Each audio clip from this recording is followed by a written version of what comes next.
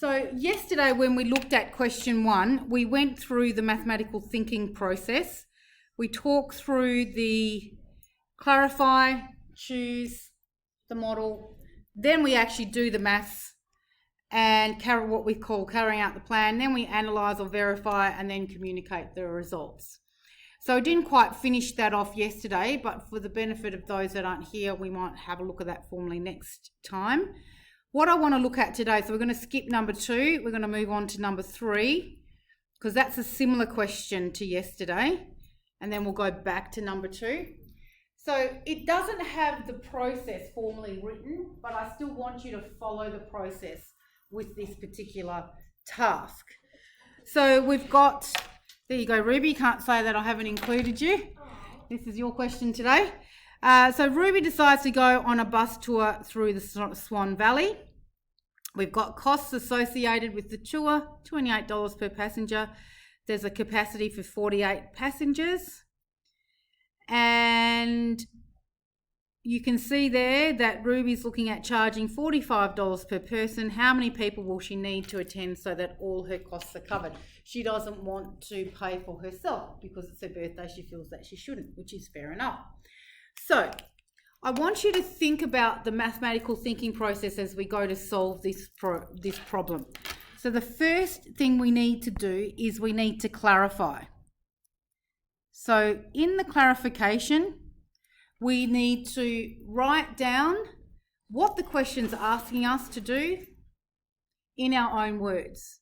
And then anything else that we might think is relevant, particularly any conditions that are associated, like the fact that Ruby's not going to pay for her ticket, and any assumptions that we need to make. So you can see here in the clarification, what's the question asking me to do? What's the key information? Any conditions, any assumptions? What do you need to ask yourself in order to find a solution? So following that same process, I want you to come up with a clarification and then we'll go through it. So we've written the purpose of the task is to determine how many people should attend Ruby's birthday at $45 per person. The cost needs to cover both the deposit being $350, and Ruby's ticket, which was $28. And we know there's 48 people can fit, so up to 47, including Ruby, that makes 48. What can we assume? Anyone who's invited? Yeah, everyone who's invited will attend.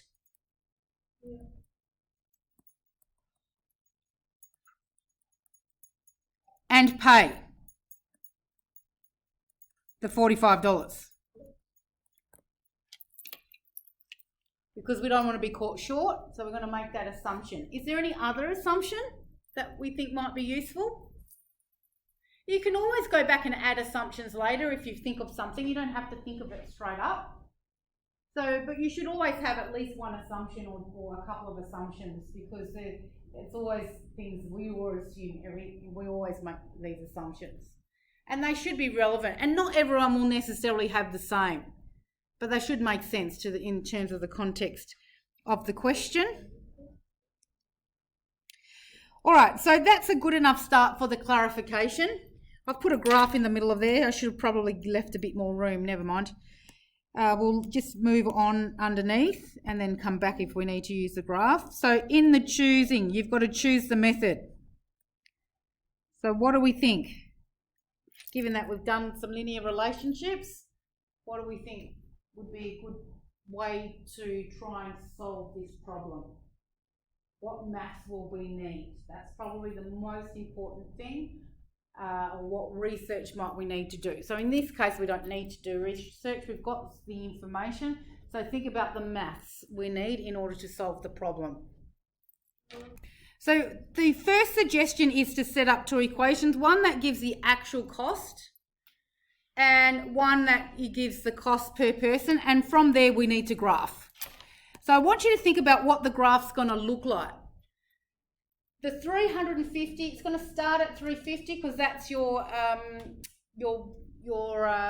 deposit. So that's your fixed cost, that won't change. And then you've got the $28 per person that will vary as you include the different numbers of people. But then you've got your second equation, which is $45 a person. So if you've got 0 people, that's $0. So that's going to start down here. But because it's $45 a person, it's going to go up quicker than the $28 per person. So it'll go up. And this is what we call the break-even point, or the point in which intersection point where the two costs are the same. So at this point, the two costs are the same, and that's where we've reached. That's where we've reached a. That's where we've reached in terms of the number of people, where the two costs are the same. So now at that point, we've covered the deposit and Ruby's ticket. At that point. So everyone's getting a ticket. So everyone will get a ticket, but they'll pay $45 a ticket to cover the deposit and to cover Ruby's ticket. Even if we didn't cover Ruby's ticket, at some point, if you were doing this in a real life scenario, you would still need to cover the costs in terms of the deposit. Everyone would have to pitch in to that deposit. And so it's quite a good little activity to do to work out what it is, how much does everyone have to pay in terms of their deposit, so that they can all, cover, that cost is covered without anyone having to pay any extra. All right, so if we get the two equations, we can work out at that point of intersection, so we need to graph them. That's what the graph is there for. Graph the equations and determine that point of intersection.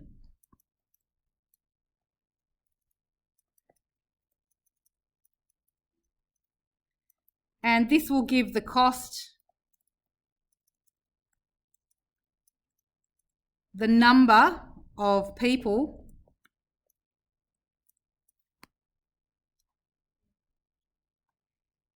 and equivalent cost. So it'll tell us how many people we need to invite to cover all those extra costs. So that's really it. But that is quite a complicated, it's a more advanced process. You don't have to do that. Is there some other way that people could think to do? I have put a graph there. Last year the process was like way more. What else could we do? Still the mathematical thinking process, but rather than drawing a graph or setting up an equation, what else have we done with these linear questions? What if I did this? Would this help you? So this is another option. What's that there? It's a bit of a table. Could have the cost and the number of people. And this could be for the actual fee. And we could draw up a table for, and the table might need to be longer. I'm not for a minute suggesting that it stops at that point, but this is for the $45 a person. So if there's no people, you're charging $0, sorry. But if there's one person, there's $45. 2 people, it's $90. 3 people, it's $135. 4 people, so we're just adding that $45 each time. Whereas with this other table, if you go back and have a look, it's $350 plus $28 per passenger. So you need to be able to recognise, you need to be able to recognise that that $350 is a fixed cost and the $28 is that rate. That's your gradient. That's that rate of change. That's that change that it goes up 28 every time. So here, if no one pays, or no one goes, you've still got that $350 deposit. If there's one person, you've got to add an extra 28. If there's 2 people, you've got to add an extra 28. So this one is going up by 28 each time, whereas the other one is going up by 45. Now remember, this number here is your gradient. of the line or the slope or the rate of change. So they all mean the same thing. So this one should go up quicker. And this one, it still goes up, but at a slower rate. So eventually you'll get to the same cost and the same number of people. That's what our aim is. So back here, it's like finding that point of intersection on the graph. Here, we'll get to that number of people that's going to give. So this key number of people is going to give me this same cost. And that's how we know when the red one overtakes the blue, that's how we know we are now covering all those costs for this particular event. So you could use a table and then find when you're looking to get to the same number of people and the same cost. Now, using a table is a lot easier, less intense in terms of mathematics, but sometimes you might not get an exact figure, so you've just got to interpret that table a little bit further. So when we do our solution, we'll do both and you can see. And then you can decide what method you might prefer for future questions. You might prefer the graph with the equation, you might prefer the table. It is certainly higher order thinking using the equation. So let's go. I haven't written it down, but the idea is use the tables, and then from the tables you can determine that common point if there is one, and then that'll give us the number of people. If it's not exact, we just have to move to the next person, and I'll show you what I mean when we finish doing that table. Okay, let's keep going then. Let's actually do it. So with number 3, we are actually going to do the math, do the work. That's step 3. So whilst I've got the table set up, I'm going to keep going with it so we can see it here. It just might take a little while because remember we could go up to 48 people. This table that if we keep going, so this one here is eventually these numbers are getting closer together. So 10 and 630, and we've got 10, that should be 450. So they're getting a little bit closer together, but it is taking time.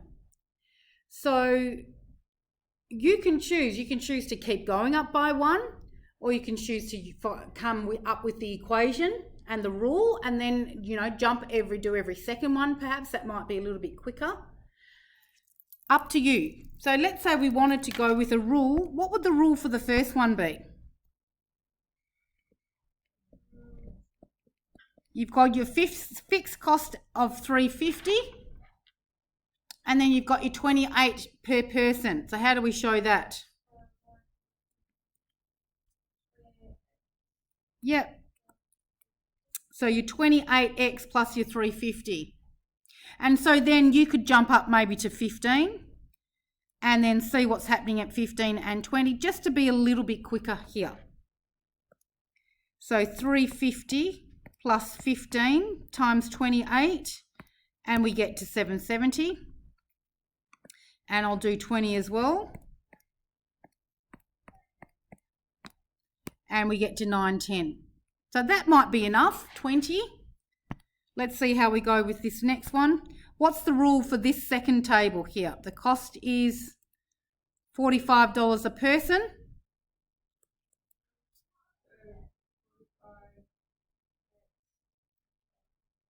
That's it, plus 0, because the initial startup or the initial cost is 0. So $45 a person, because that $45 is going to cover that $350. So if we go 45 times 15, do the same thing, we get $675. So you can see they're getting closer now. If we go to 20, 45 times 20 is 900. Okay. So at 20 people, the original cost is 910. The cost by spreading it evenly across each person is 900.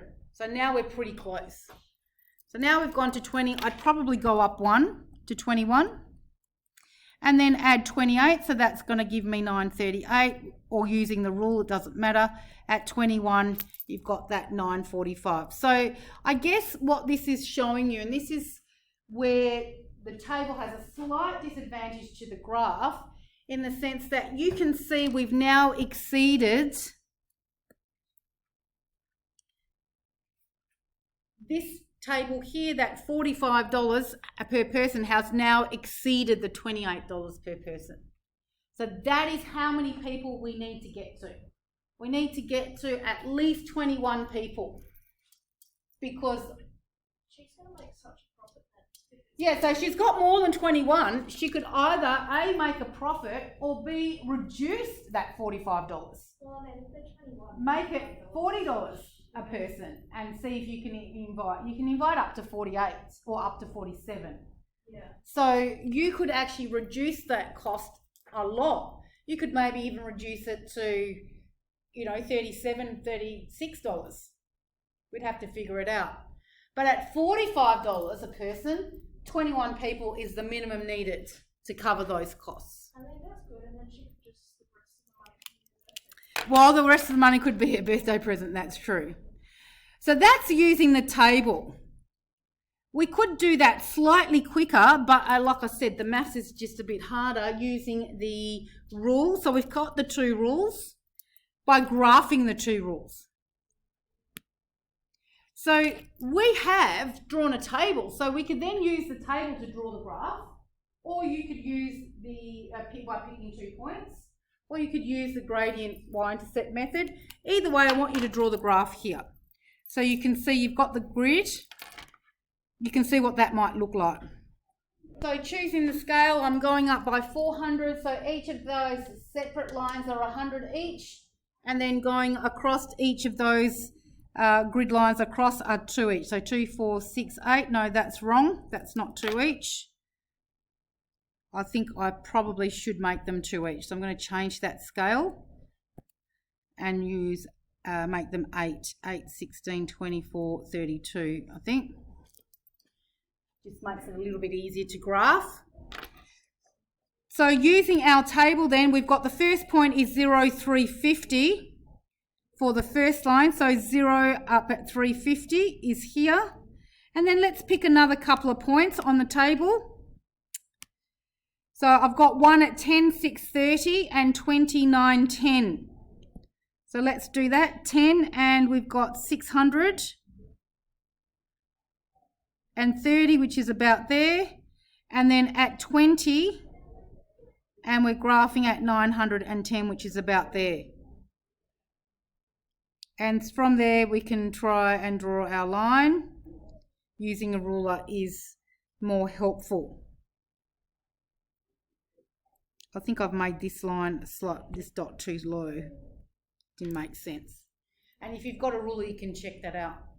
So that's the first line. And then we've got the second line, which is 0, starts at 0, 0. And then if we graph 10 at 450 perhaps. So starting at 0, 0, then at 10 we go to 450.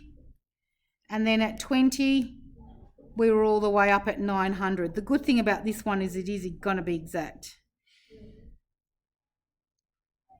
So it's just under that because that was at 910.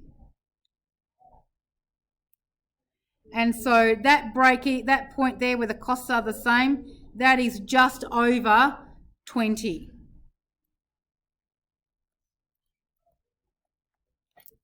And the cost is just over 910.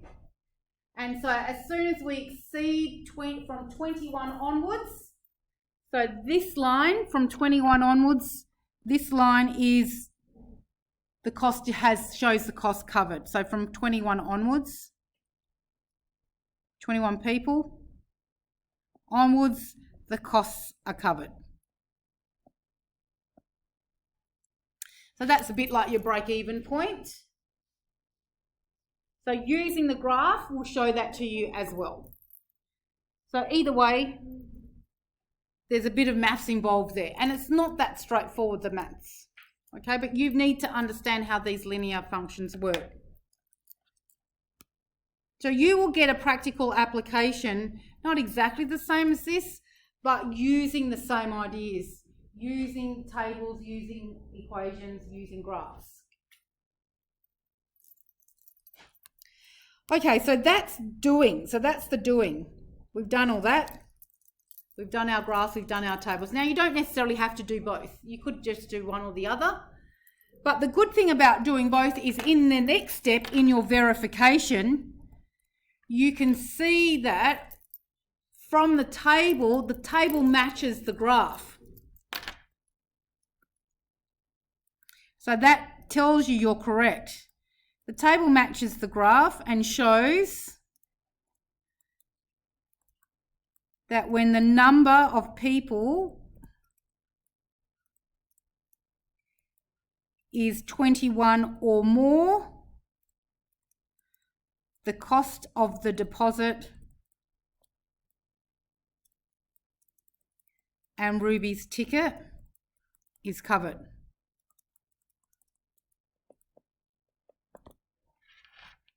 So we can see that. So those numbers match those points on the graph, although admittedly I did actually use those numbers to graph. We didn't do a lot of adjustments. I guess I did adjust, so you can talk about adjusting the scale. Perhaps that's not the best grid to use. You might want to take your own graph paper. I'll give you some graph paper for your practical application if you choose to use it. So in your verification or your analysis, you've got to basically justify why you think your results are correct, or is there any error? Does your answer make sense? So that makes sense, 21 people kind of makes sense. If you even out that money, you're essentially evening out $378 across a certain number of people. So you're charging, instead of $28, you're charging $17 extra per ticket. So if we work that out, 378 divided by 17, that should give us around about 21.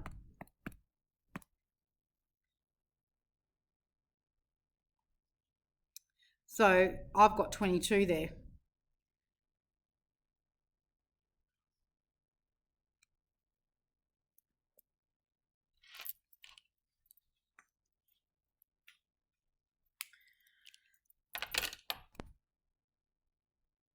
Okay, so just doing a quick recheck. So 378 divided by 18 gives you the 21. And what the final solution is. So you were asked to. So basically just very quickly recapping what you were asked to do. What we're asked to do. Yeah, so how many people needed to attend?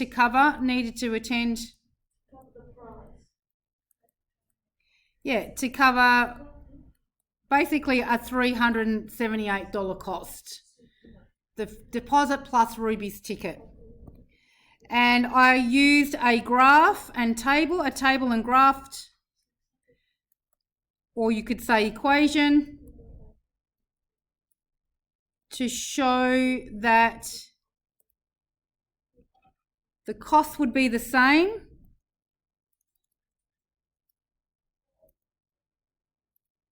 at just over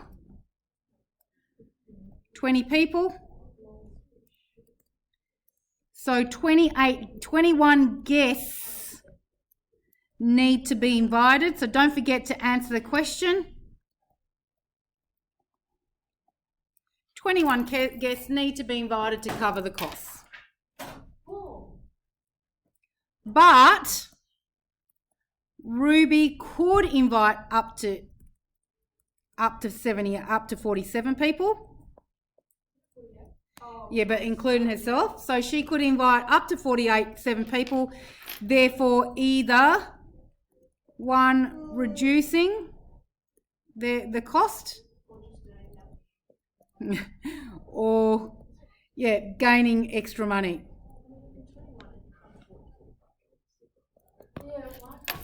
All right, we'll leave it at that. Thanks.